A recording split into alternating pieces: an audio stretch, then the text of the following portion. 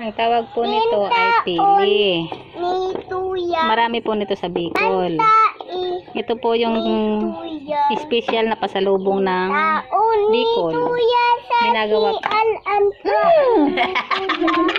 ginagawa pong pili nut.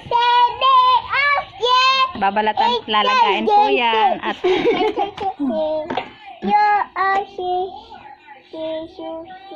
lalagain po yan at babalatan.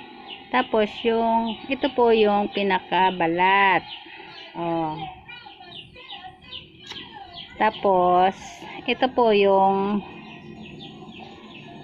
laman ng balat.